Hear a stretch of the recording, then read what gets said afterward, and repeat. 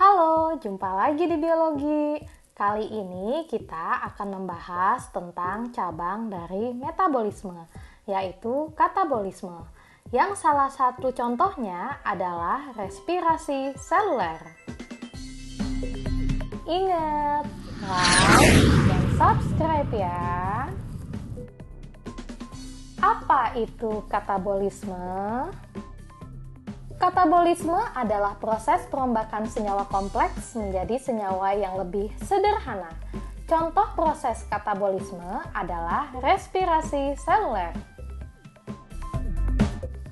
Respirasi seluler digunakan untuk menghasilkan energi dalam bentuk ATP atau adenosin trifosfat. Energi diperlukan untuk banyak aktivitas, meliputi kontraksi otot, biosintesis bahan-bahan kimia sel, dan transport aktif pada membran sel. Respirasi seluler melibatkan 3 proses penting loh guys.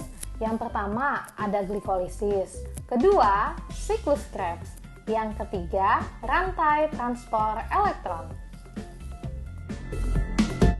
Yuk, kita bahas satu-satu. Yang pertama, glikolisis. Glikolisis merupakan tahap awal respirasi seluler.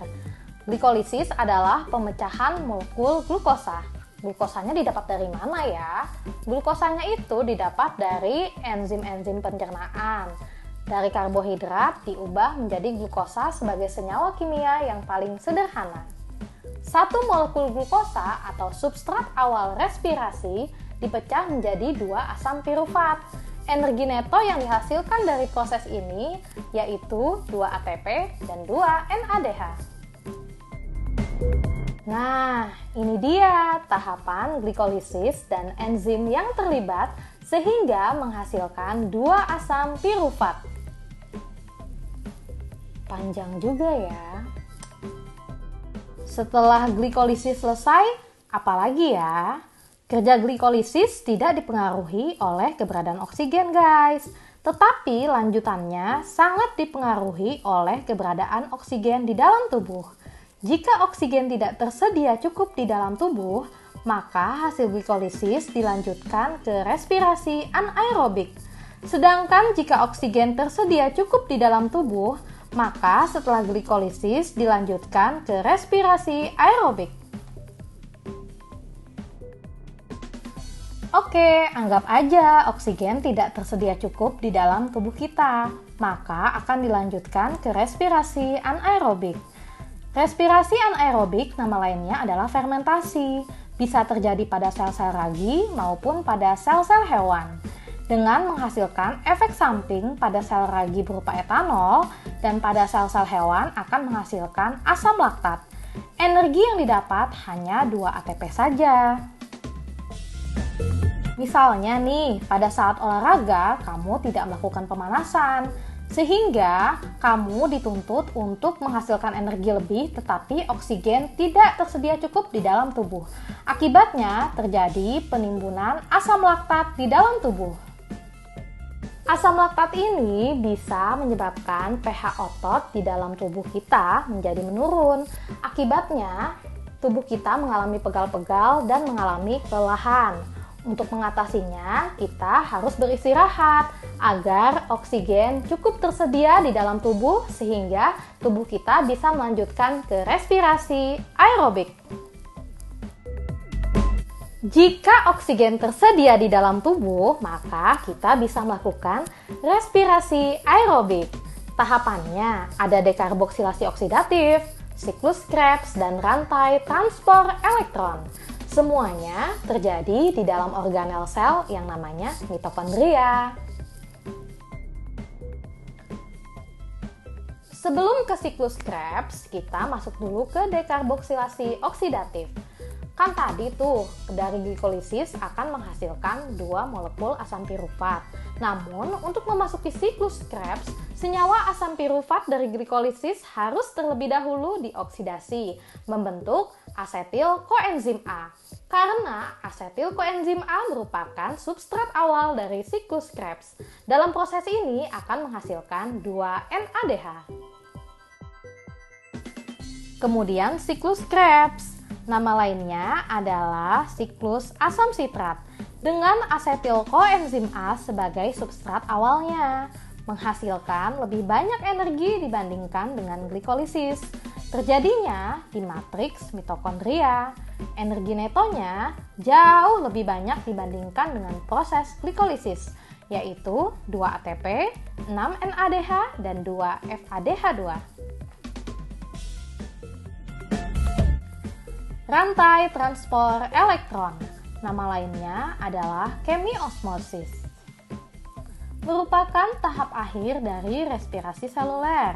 Di sini terjadi konversi energi dengan bantuan enzim ATP sintase. Terjadinya di membran dalam mitokondria.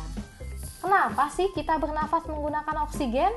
Ternyata oksigen berperan sebagai akseptor elektron terakhir pada mekanisme rantai transport elektron.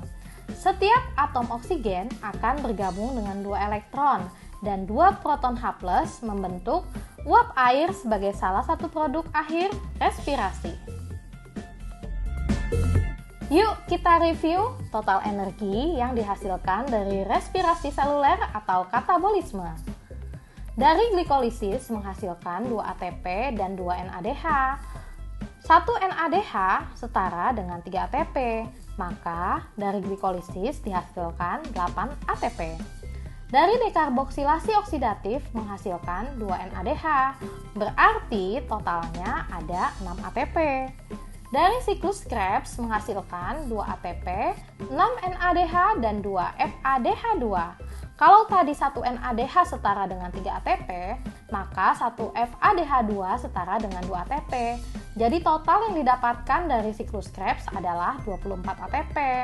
Maka total ATP yang dihasilkan dari keseluruhan proses tersebut akan dikonversi di rantai transport elektron. Jumlahnya menjadi 38 ATP. Wah, banyak ya.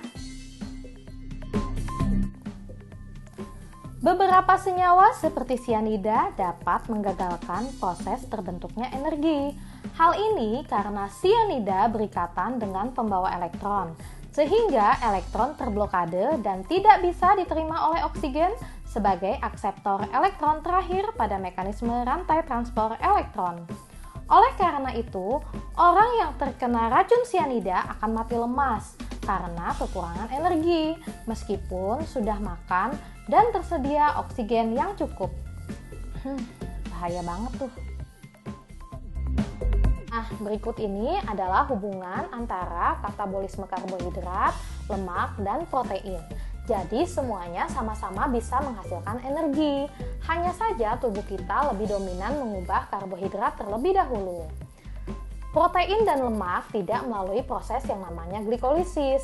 Mereka langsung masuk ke dalam siklus Krebs dan kemudian ke rantai transport elektron untuk menghasilkan energi. Tentunya total jumlahnya akan berbeda dengan katabolisme karbohidrat. Leonardo sampai nggak nyangka kerja sel tubuh kita secanggih itu, guys. Pembahasan katabolisme selesai ya, guys. Nanti kita lanjutkan tentang pembahasan anabolisme. Sampai jumpa lagi di materi metabolisme selanjutnya. Bye!